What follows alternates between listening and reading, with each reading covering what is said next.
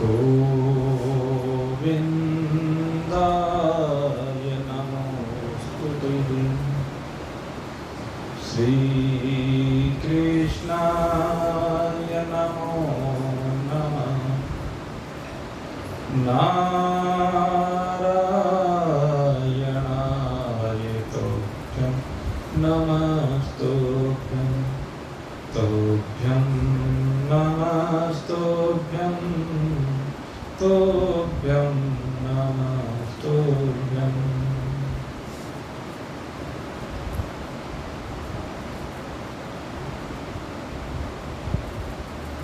नरक के द्वारों से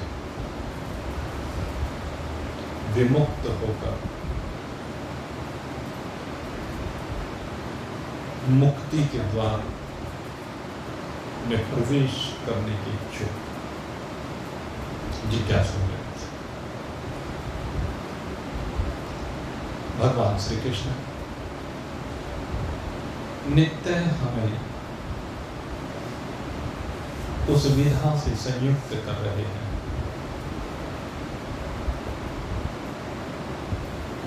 जिसके द्वारा हमारे जीवन का जो अज्ञानांधकार है वह दूर होकर के हम ज्ञान के उजाले में आए। और जैसे ही ज्ञान के उजाले में हम आते हैं तो काम, क्रोध और लोभ, जिनको भगवान ने नरक के दरवाजे बताया, उन तीनों से छुट्टी होनी प्रारंभ हो जाती है। और भगवान की कृपा से ये जीव आवागमन के चक्र से विनिर्मुक्त होकर अपने वास्तविक स्वरूप परमात्मा की ओर प्रतिष्ठित होने का प्रयास करता है, परमात्मा में प्रतिष्ठित होने का प्रयास करता है, या कहीं परमात्मा रूप से प्रतिष्ठित होने का प्रयास करता है। जो भी कहें, मुख्य बात है वो मुक्त हो जाता है नरक के कष्टों से। एतैर् विमुक्तः कौन्तेय, भगवान कहते हैं कि वो इन नरक के जो दरवाजे हैं इनसे मुक्त हो जाता है, इन तीनों से मुक्त हो जाता है। इन तीनों में फिर उसका प्रवेश नहीं होता है क्योंकि इनके वास्तविक स्वरूप को समझ जाता है। और जब इनके वास्तविक स्वरूप को समझ जाता है तो फिर इनमें लिप्त नहीं होता, आसक्त नहीं होता, इनकी चाहत नहीं करता, उसकी कामनाएं निवृत्त हो जाती हैं। क्योंकि हृदय में बैठी हुई जो कामनाएं हैं, ये कामनाएं ही इस जीव को बार बार नरक में लेकर जाती हैं। विभिन्न जो वासनाएं हैं वो वासनाएं से बार बार कष्ट परोसती हैं, प्रतिकूलताएं परोसती हैं, जिनसे इसको दुख होता है। लेकिन जब इनके स्वरूप को समझ लिया जाता है कि सब नश्वर है, ये अनित्य है, ये विनाशी है, क्षणभंगुर है, तो फिर ये जीव इनमें लिप्त नहीं होता। इनको एक मिथ्या स्वप्न की भांति वह समझ लेता है। अब तक जो जीवन की यात्रा इस शरीर में बैठ करके हुई है, उस सारी ही यात्रा को स्वप्न की भांति देखता है।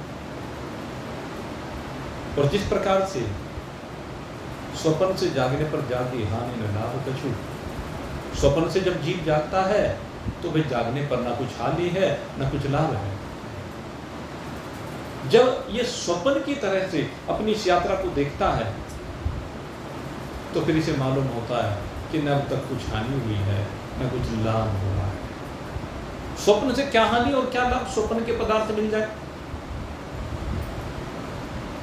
रंकनाथपति हो। मान लीजिए कोई भिखारी राजा बन जाए तो क्या वास्तव में राजा बन जाएगा? और नृप भिखारी बन जाए, दोनों बातें संभव है। राजा जनक का स्वप्न आपको सुनाया कई बार। राजा जनक जब रात को खा पी करके बिस्तर में लेट गए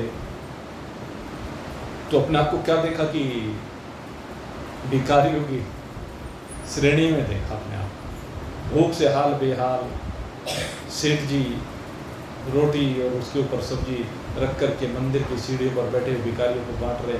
जनक जी भी उसी भिखारियों की लाइन में बैठ जाते हैं।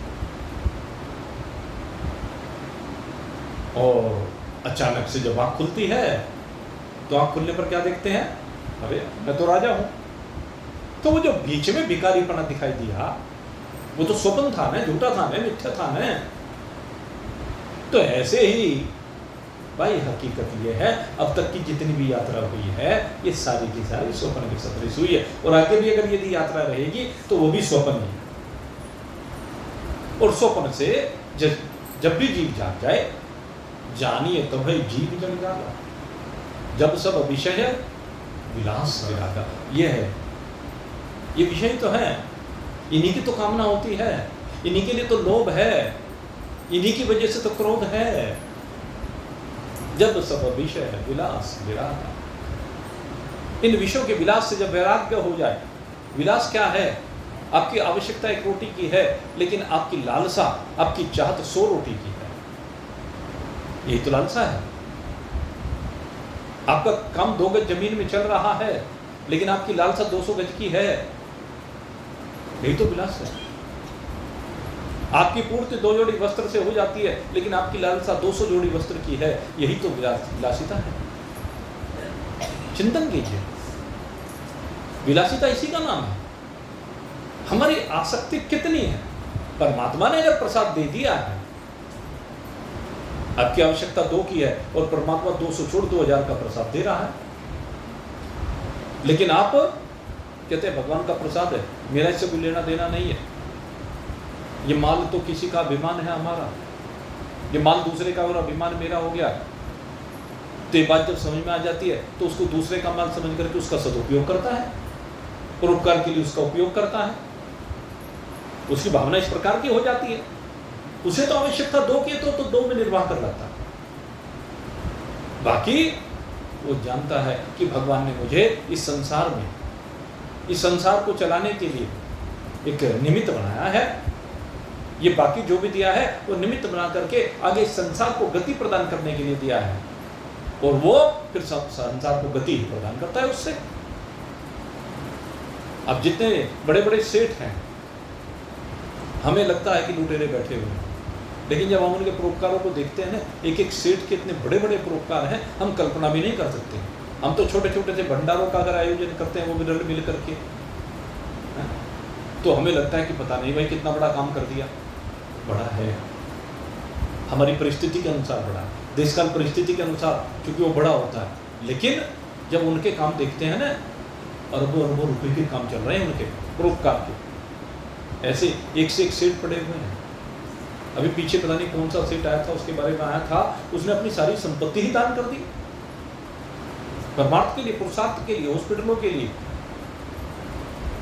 तो क्यों? क्योंकि उन्होंने समझ लिया कि भगवान ने मुझे इस संसार को गति प्रदान करने के लिए दिया है, तो गति प्रदान कर रहे हैं। बड़े बड़े सेठ जो बड़ी बड़ी इंडस्ट्री चला रहे हैं, वो गति तो प्रदान कर रहे हैं संसार को।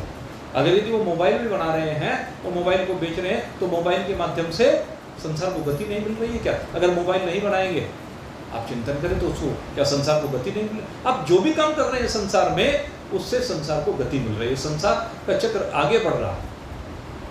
लेकिन उसमें भावना यही रखनी है कि ये सब परमात्मा ने मुझे काम प्रदान किया है और मुझे ईमानदारी से इस काम को करना है। कुर्वन्नेवे कर्माणि, यही तो है कि मुझे कर्म करते हुए जीना है।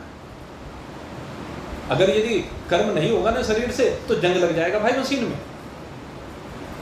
भगवान ने दायित्व दिया है। अगर यदि एक व्यक्ति को दायित्व दिया है कि वो बचपन में उसको वैराग्य हो जाए और वो ब्रह्मचर्य आश्रम से ही सीधे संन्यास में चला जाए। तो भगवान ने उसको वहीं पर आदेश दे दिया कि तू जा और संसार को प्रेरित कर। संसार में वैराग्य की प्रतिमूर्ति बन करके, संसार में ज्ञान की प्रतिमूर्ति बन करके लोगों को प्रेरित कर, वैराग्य जी करके दिखा, वैराग को अपने जीवन में धारण करके उस वैराग संयुक्त त्याग संयुक्त जीवन को जी के दिखा। ये ब्रह्मचर्य आश्रम से जो संन्यास में गए उनके लिए, लेकिन जो गृहस्थ आश्रम में गए, भगवान ने जिनको गृहस्थ में भेजा है उन्हें संसार के चक्र को चलाना है। तो संसार के चक्र को चलाने के लिए उन्होंने गृहस्थ आश्रम में भी नियम कानून निर्धारित किए हैं। उन्हें कहा तो गृहस्थ का पालन तो कर, लेकिन निर्लिप्त होकर के कर, अनासक्त होकर के कर, परमात्मा का समझ करके कर। लेकिन अगर यदि तू गृहस्थ में प्रवेश करने के बाद गृहस्थ के धर्मों से विलग्न होता है, जो गृहस्थ के लिए धर्म निर्धारित किए गए उनसे तो दूर होता है, उन दायित्वों का निर्वहन नहीं करता है, उन दायित्वों को पीछे छोड़े फिरता है, तो भाई तू अनर्थ कर रहा है, पाप कर रहा है, तू पाप का भागी बन रहा है। ये ठीक है कि तेरा मन अगर भगवान में लग भी गया है, बहुत अच्छी बात है, भगवान में लगना ही चाहिए। भगवान ये कहते हैं गृहस्थ आश्रम में तो भगवान में मन को लगा करके इन बच्चों का पालन पोषण भी कर पाए। इन बच्चों के लिए व्यापार करना है तो व्यापार कर, नौकरी करनी है तो नौकरी कर, मजदूरी करनी है तो मजदूरी कर। इनके पालन का दायित्व तेरा है और साथ साथ संसार के पालन का दायित्व भी तेरा है। गृहस्थ आश्रम तो इसे सबसे श्रेष्ठ का, न केवल अपने बच्चों के पालन का दायित्व दिया है, अभी तो ये भी कहा है कि संसार के पालन का दायित्व भी तेरे ऊपर है। ये गृहस्थ आश्रम की सबसे बड़ी विशेषता, इसलिए गृहस्थ आश्रम को सबसे श्रेष्ठ आश्रम का। लेकिन गृहस्थ आश्रम में मन से तो तू सन्यासी बन जा, लेकिन तन से तुझे भोगी बनकर ही इस संसार में जीना होगा। इन संसार के भोगों में रहते हुए अंदर से अनासक्त होकर के इन भोगों को संसार को समर्पित करना होगा। ये भोग तेरे लिए योग बन जाएंगे। ये गृहस्थ आश्रम की विशेषता है। लेकिन गृहस्थ आश्रम कहीं ये नहीं कहता कि दायित्व को छोड़ करके भागी फिरो, दायित्व को छोड़ करके अपने दायित्व का निर्वहन न करके, बच्चों का पालन पोषण न करके धक्के खाते फिरो, ये नहीं है। गृहस्थ आश्रम ये कहीं नहीं कहा गया। तीर्थ पर तो जाइए, भगवान के दरवाजे पर जाइए, भगवान की कथाओं को सुनिए, भगवान की कथाओं को सुनाइए, सब काम कीजिए, लेकिन दायित्व का निर्वहन वो सबसे पहली प्राथमिकता भगवान ने तेरे लिए निश्चित की है। अपने दायित्व का निर्वहन तो सबसे पहले करना है। अपने दायित्व से मुंह नहीं मोड़ सकता, अपने दायित्व से पीछे नहीं रख सकता। जैसी परिस्थितियां हैं उन परिस्थितियों के साथ समझौता करते हुए, उन परिस्थितियों को अनुकूल बनाने का प्रयास करते हुए भगवान ने चित्त को लगा। यह है संसार का विधान। इससे तो पाप को प्राप्त नहीं होगा। कुर्वन्नेव कर्माणि, यही तो वेद ने कहा है। ईशावास्योपनिषद का दूसरा नियम ही यही है, कुर्वन्नेव कर्माणि जिजी विशेषतः समा एवं तुझी नान्यति तो अस्ति न कर्म लिप्यते नरके। लिप्तता नहीं होनी चाहिए, आसक्ति नहीं होनी चाहिए, क्योंकि आसक्ति तेरे लिए नरक का द्वार खोलती है और अनासक्ति तेरे लिए मोक्ष का द्वार खोलती है, मुक्ति का द्वार खोलती है। इसलिए कहा एतैर्विमुक्तः कौन्तेय, इसलिए हे कौन्तेय तो इस आसक्ति से मुक्त हो जाए, इस आसक्ति से बाहर निकल, इस काम करो तो लोग से बाहर निकल। और तमो द्वारैः त्रिभिर्नरः। अब पिछले श्लोक में क्या कहा था? पिछले उस श्लोक में ये कहा था त्रिविधम नरकस्य इदं द्वार, ये तीनों नरक के खुले हुए द्वार हैं। और यहाँ पर क्या कहा? तमो द्वारस् त्रिभिर्नरः, ये तम के द्वार है, ये अंधकार के द्वार है। एक तरफ नरक के द्वार कहे, एक तरफ अंधकार के द्वार। अंधकार का द्वार क्यों कहा इसको? अंधेरा क्यों कहा? कहले जब काम क्रोध और लोभ से संयुक्त जीवन को तो जिएगा तो भाई अंधकार में जिएगा, तेरी आंखें बंदी रहेंगी, तुझे दिखेगा नहीं, मोह रूपी रात्रि में सोता रहेगा। गोस्वामी जी महाराज ने जो कहा ना, मोह निशा सब सोवनिहार, मोह रूपी रात्रि में सो रहे हैं, यही तो है अंधकार। जब हम मोह रूपी रात्रि में सो रहे हैं तो ये अंधकार है जीवन में, और ये अंधकार हमें रास्ता दिखने नहीं देता। अंधकार में रास्ता दिखता है क्या? अब आप यहाँ पर सत्संग भवन में बैठे हैं, अब ये सारी लाइटें बंद कर दी जाए और ये माइक भी चलना बंद हो जाए, तो आप क्या करेंगे? उठेंगे अपने जगह से और उठ करके अपने घर चलना चाहेंगे। अब जब उठ करके चलना चाहेंगे, अब घनघोर अंधेरा हो जाएगा। जब घनघोर अंधेरा हो जाएगा, आपको कुछ दिखेगा तो नहीं, एक दूसरे से टकराते फिरोगे। कभी सोफे से टकराओगे, कभी इन कुर्सियों से टकराओगे, कभी एक दूसरे से टकराओगे। ये तो होगा। तो अंधकार में टकराव है भाई, हमें इस टकराव को दूर करना है, अंधेरे से बाहर निकलने के लिए इस टकराव को समाप्त करना है। तो भगवान ने यही कहा, ये अंधेरा जो है ना जीवन में, अंधेरा है अज्ञान का, अंधेरा है नासमझी का, अंधेरा है असत्य को सत्य समझने के कारण से। ये संसार असत्य है क्योंकि नित्य ही क्षरणशील है, नित्य परिवर्तनशील है, इसमें नित्य ही परिवर्तन होता है, ये एक जैसा रहता नहीं है, यही तो अंधकार। लेकिन आप इस असत्य को सत्य समझ रहे हैं, ये आपकी भूल है। इस भूल को दूर करना है भाई। और ये भूल कब दूर होगी? कहते हैं जब अपने मन को परमात्मा में लगाओ, महान पुरुषों का संग करके उनसे प्रेरित होगे और भगवान में मन को लगा करके रखोगे। हर कर्म के साथ भगवान को जोड़ दीजिए। हमने देखा जब हम ऋषिकेश में महाराज जी का प्रवचन सुनने के लिए जाया करते थे, 1 महीना वहाँ रहते थे, तो वहाँ पर हमने देखा आश्रम में भंडारे चला करते थे। तो उन भंडारों में जाकर के हम भी सेवा कर लिया करते थे भाई। तो उस भंडारों में जब हम सेवा किया करते थे तो वहाँ क्या था, जब भंडारों में सेवा होती थी तो भाई दोनों तरफ महात्मा लोग बैठ जाते थे, उनको भोजन प्रसादी कराई जाती थी।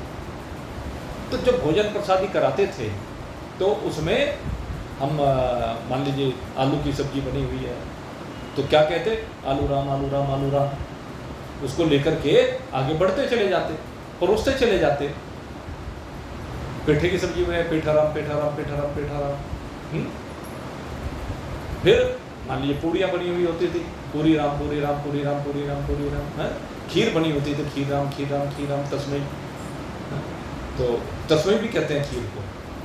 तो वो खीर, एक महात्माओं में सबसे ज़्यादा जो मिठाई प्रसिद्ध होती है वो खीर और मालपुआ, 2 मिठाई सबसे ज़्यादा प्रसिद्ध होती है।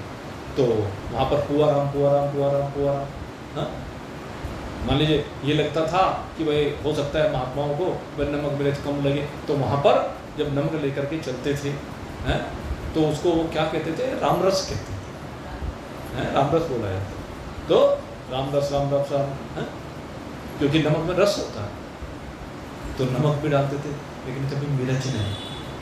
आपको बता दें भंडारे की विशेषता क्या होती थी, उसमें मिर्च नहीं डाली जाती थी सब्जी। आजकल तो भाई युग बदल गया इसलिए अलग बात है, नहीं तो उस समय कोई मिर्च नहीं डालता था, भंडारे में मिर्च वर्जित थी। हमने जो भंडारे देखे उनमें बिल्कुल मिर्च वर्जित थे। यहाँ सात्विक भोजन बनेगा, यहाँ ये राजसी भोजन नहीं बनेगा, ये तीखा मिर्च वाला भोजन नहीं बनेगा। तो खैर मेरा भाव क्या कहने का है कि वहाँ पर जो भी वस्तु भोजन के लिए सप्लाई होती है उसके साथ क्या लगाते थे, राम। तो राम का नाम साथ साथ लिया जा रहा है। तो ऐसे ही हमें अपने जीवन के हर काम में राम जी को जोड़ना है। आप कपड़े धो रहे हैं तो राम जी, रोटी बना रहे हैं तो राम जी, झाड़ू लगा रहे हैं तो राम जी, दफ्तर में बैठ कर काम रहे हैं तो राम जी, दुकान पर बैठ करके माल बेच रहे हैं तो राम जी, ग्राहक राम। हाँ, ग्राहक में भी राम जी को देखो, ग्राहक राम ग्राहक राम। तो सब में राम जी को देखना, यह दृष्टि, यह अंधकार से प्रकाश में आने की बात है। तभी तो जब अंधकार से प्रकाश में आएंगे तो फिर हम टकराएंगे नहीं, फिर हम जब टकराएंगे नहीं तो सीधे रास्ते चलेंगे। जब तिरछे रास्ते चलते तभी तो नरक में गिरते हैं। अगर सीधे रास्ते चलेंगे तो नरक में क्यों गिरेंगे भाई, विचार कीजिए। अगर सीधे रास्ते हम चलेंगे, सही रास्ते हम चले, सीधे रास्ते मतलब जो सही रास्ते पर चलता है। सही रास्ता कौन सा है, आगे भगवान 2 श्लोकों में उसकी चर्चा करेंगे। जो सीधा रास्ता है, सीधा रास्ता हमें राम जी की ओर लेकर के जाता है। और जो भाई टेढ़ा रास्ता है, टेढ़ा रास्ता कौन सा है, अब मान लीजिए कैनेडी बद्रीनाथ है, वहाँ तो सारे टेढ़ा ही टेढ़ा है, सारी सड़कें टेढ़ी हैं, सर्पाकार हैं। तो फिर इसका मतलब तो हम बद्रीनाथ पहुँच ही नहीं सकते अगर सीधे चलेंगे। अरे सीधे चलने का मतलब ये है कि उस रास्ते पर सही सही चलो। रास्ता भले ही टेढ़ा हो गया हो लेकिन आप टेढ़े मत हो, आप सामने दृष्टि को रखिए, उस रास्ते पर दृष्टि को सामने रखिए। न इधर पहाड़ से टकराना है, न उधर खाई में गिरना है, यह सीधा चलना।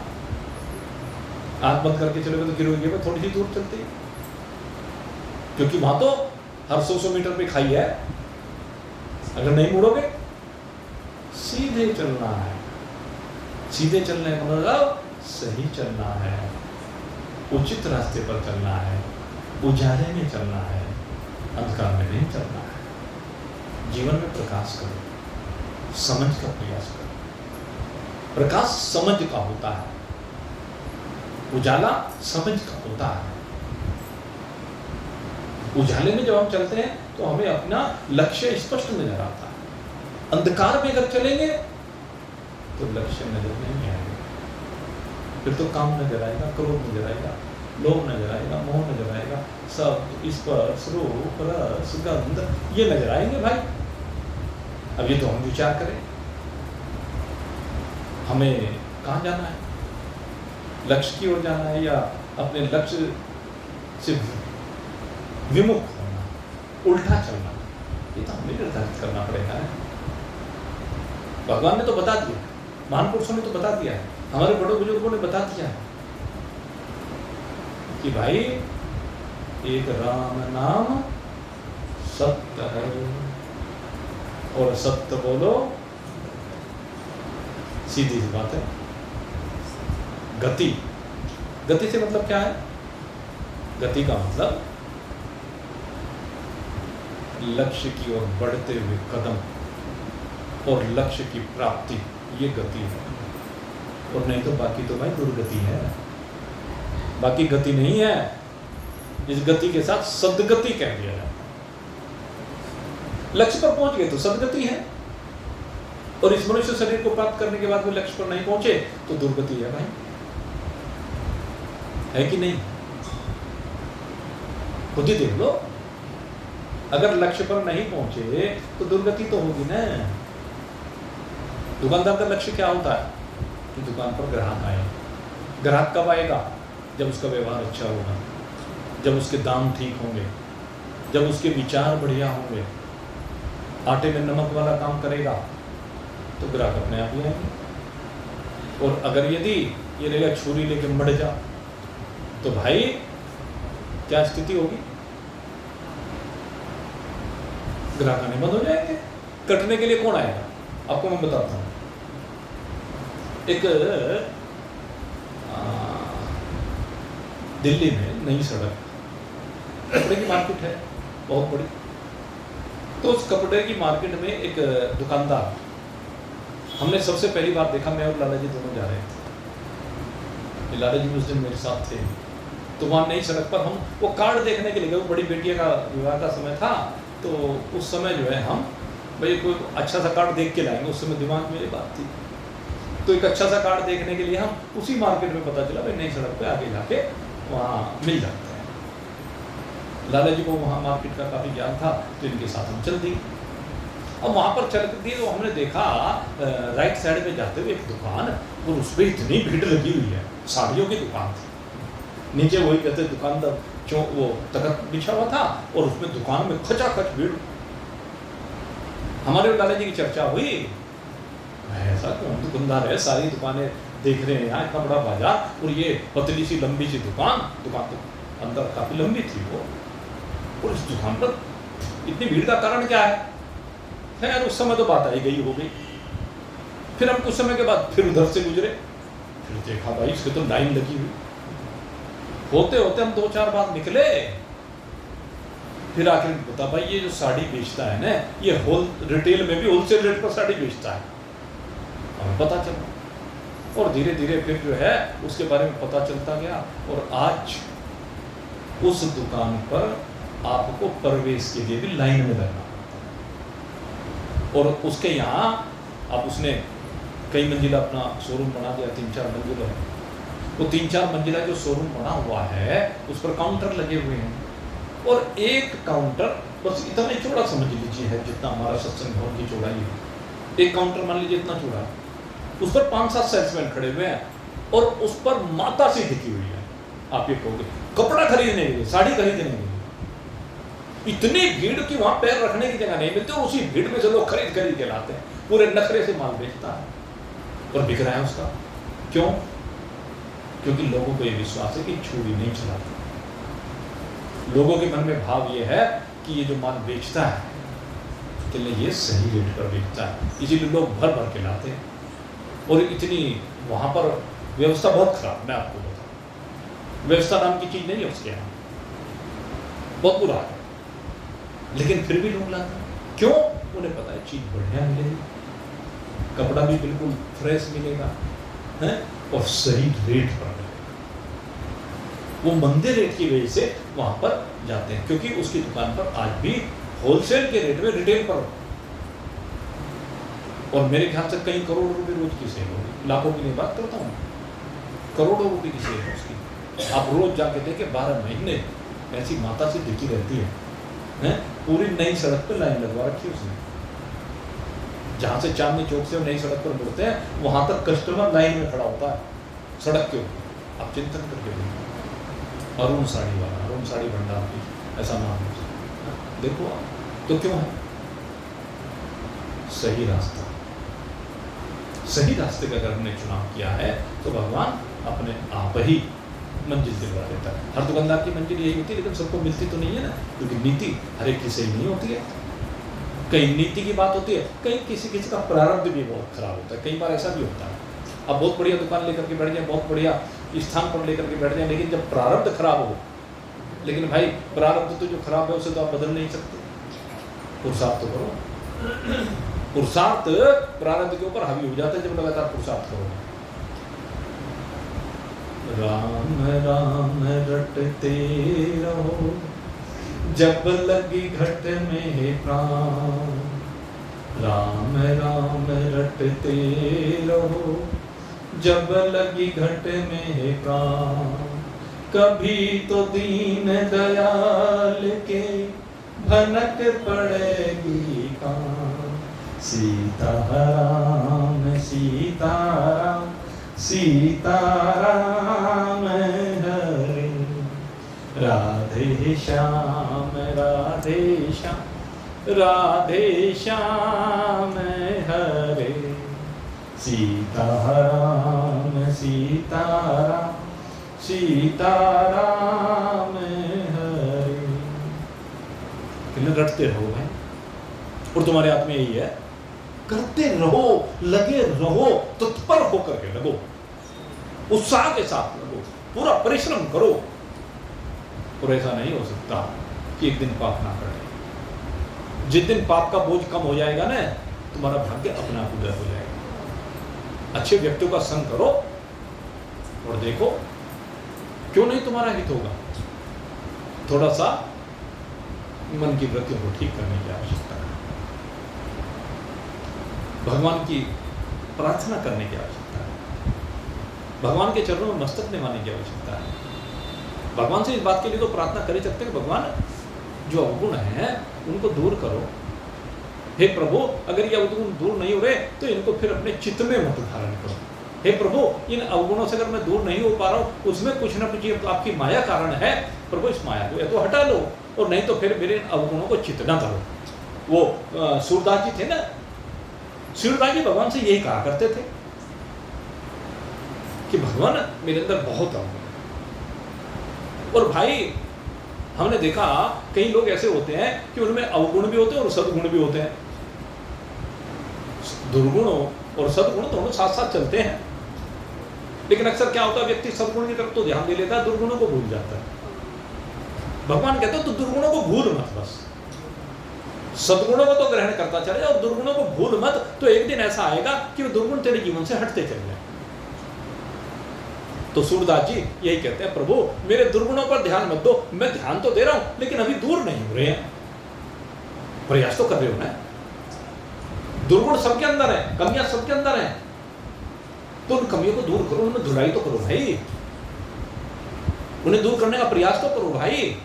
और भगवान से प्रार्थना करो, प्रभु देखो मैं प्रयास कर रहा हूं, अब आप ज्यादा ध्यान मत देना। प्रभु मेरे अवगुण चित न धरो, प्रभु मेरे अवगुण चित न धरो, एक लोहा पूजा में राखत। क्या है? एक लोहा पूजा मेरा खत, एक घर बधिक परो, पारस गुण अवगुण नहीं चित, पारस गुण अवगुण नहीं चित। प्रभु बस पारस की तरह बन जाओ। सूरदास जी कहते हैं भगवान से, भगवान बस आप पारस की तरह से।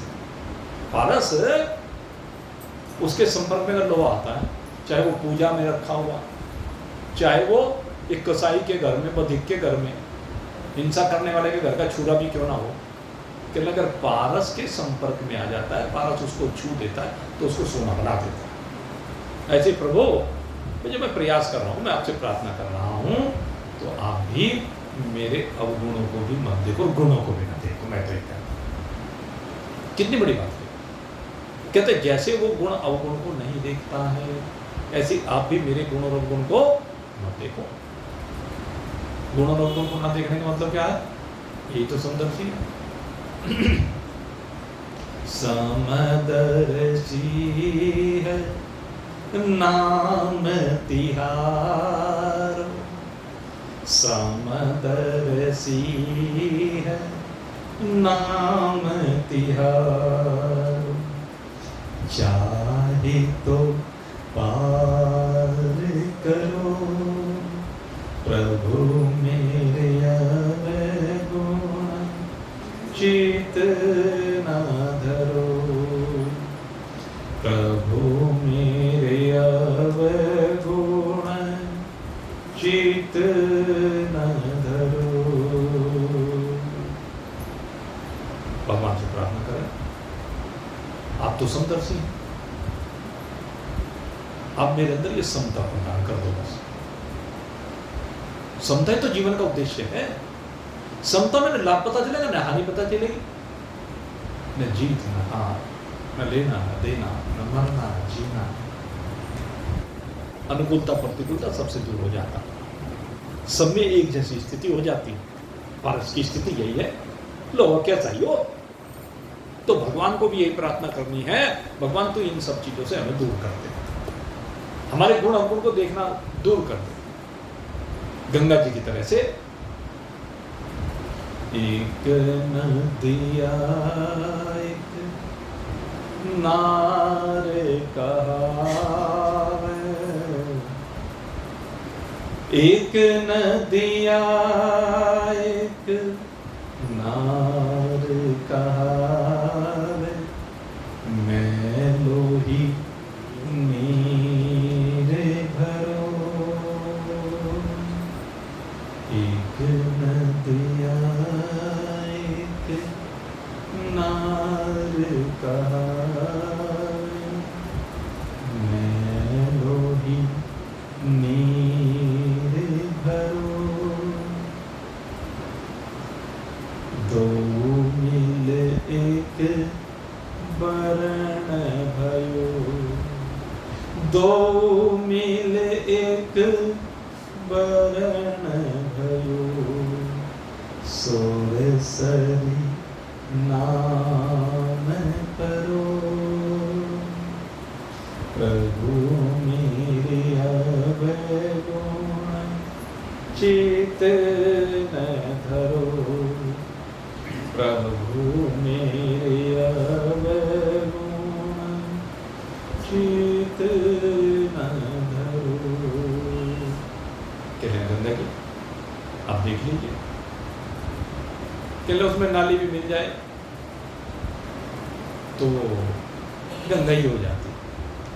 ऐसे ही प्रभु, मैं मानता हूँ मेरे अंदर कुछ अवगुण है, मैं मानता हूँ दुर्गुण हैं, मैं मानता हूँ कमियां हैं, लेकिन प्रभु जब मैं आपके नाम के सहारे आपके प्रेम की नैया में बैठूंगा तो मेरे सारे दुर्गुण, मेरे सारे अवगुण, कहता प्रभु तब आप देखोगे नहीं, ये सब आपके प्रेम की रसधार में ये भी मिल जाए। और ये प्रेम की रसधार, ये मीठी मीठी रसधार है, ये बड़ी मधुर रसधार है प्रभु। इस मधुर रसधार में वो थोड़ी सी कड़वाहट अगर मिल भी जाती है तो वो भी मीठी हो जाती है, उसके संपर्क में आकर के वो मीठी हो जाती है। अगर यदि आप सोचो एक शहद का ड्रम भरा हुआ हो और उसमें एक बूंद विस्की मिल जाए, शहद के ड्रम, 200 लीटर शहद, तो विष का स्वाद पता नहीं वे कैसा होता होगा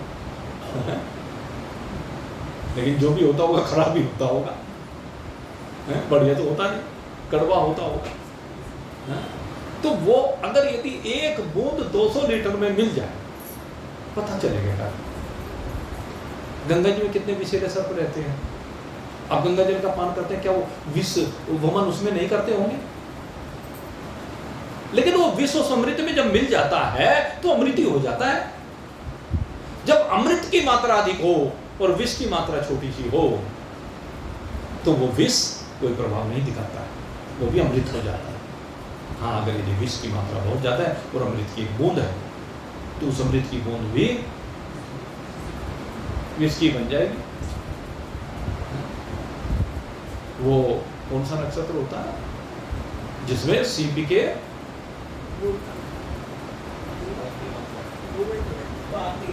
स्वाति नक्षत्र, स्वाति नक्षत्र की बूंद अगर सीप में गिर जाए तो मोती बन जाती है? और वही अगर सांप के मुंह में गिर जाए तो जहर हो जाती है। बूंद तो वही है, नक्षत्र तो वही है। तो बात यही है कि अगर यदि हम भगवान जो अमृत का सागर है, आनंद का सागर है, अथाह सागर है, उस अथाह सागर में अगर हम विष के साथ, हमारा विष दूर नहीं हो रहा है लेकिन हम परमात्मा में मिल जाए, इतना परमात्मा से प्रेम करें तो हमारी उस विष की एक आध बूंद का उस अमृत में कोई पता नहीं चलेगा, वो उसमें मिलकर के अमृत ही हो जाएंगे। ये कहना चाहते हैं, यही भगवान से प्रार्थना करते हैं। एक जीव एक ब्रह्म का,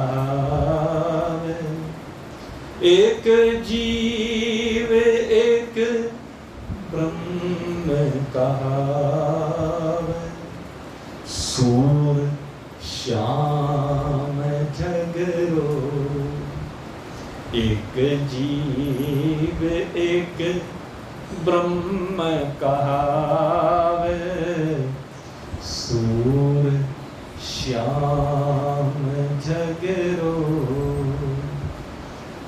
झगड़ा कर रहा है भगवान से, देख लो सूरदास भगवान से झगड़ रहा है। ये भी प्रेम भरी दास्तान है। गोपियां तो झगड़ती हैं भगवान से, ऐसे सूरदास झगड़ते। ऐसे जो बाबू का भगत होता है ना, वो भगवान से भी झगड़ने लगता है।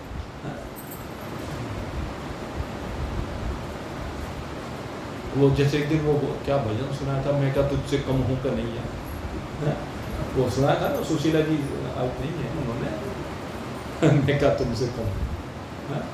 तो भाई गोपियां तो ये कहते हैं हम तेरे से कम थोड़े ना नहीं है। सूरदास भी ये कहते हैं हम तेरे से कम थोड़े नहीं। क्यों?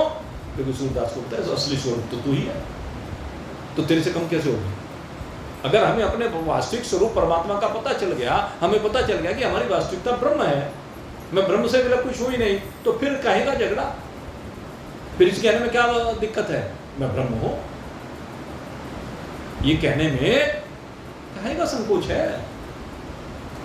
एक जीव एक ब्रह्म कहावे, सूर श्याम झगरो।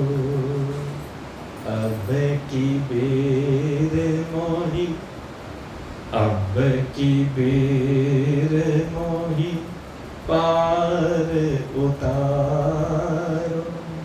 अब की बेर मोही पार उतारो, नहीं पन जा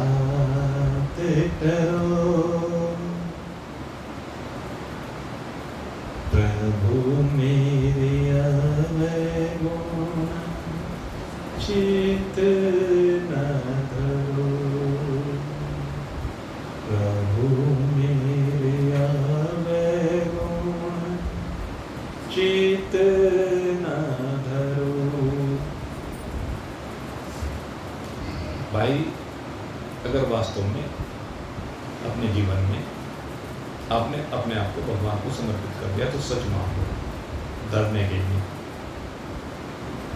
ये बात मैं पूर्ण विश्वास के साथ कह रहा हूं। भगवान अवगुणों को ध्यान करेंगे नहीं, बल्कि वे तुझे मुक्त कर देंगे, वे तुझे अवगमन के चक्र से बाहर निकाल देंगे। तेरा जितना भी फसाव है वो सारा फसाव दूर हो जाएगा। और कब होगा? जब तो अपने में सुधार जरूर करना पड़ेगा। हो सकता है वो प्रारब्ध के कारण से कुछ कड़वाहट, कुछ विष तेरे भीतर अभी भरा पड़ा है, भरा रहना, मिल जाएगा। अपने को पावन बनाने में कोई कमी मत छोड़। भगवान ये जरूर कहते हैं, ये नहीं कि रोज कीचड़ फिर भी डालता नहीं, पिछली धोने के लिए नहीं और फिर से डाल रहा, तो भाई उससे बात नहीं बढ़ेगी। आगे डालने बंद कर दे, आगे स्वच्छ जल डालना है बस। जितना निकलता जाएगा, थोड़ा बहुत रह जाएगा, भगवान चल कोई बात नहीं, ला भगवान और खींच ले। शुद्धिकरण भगवान कर देंगे।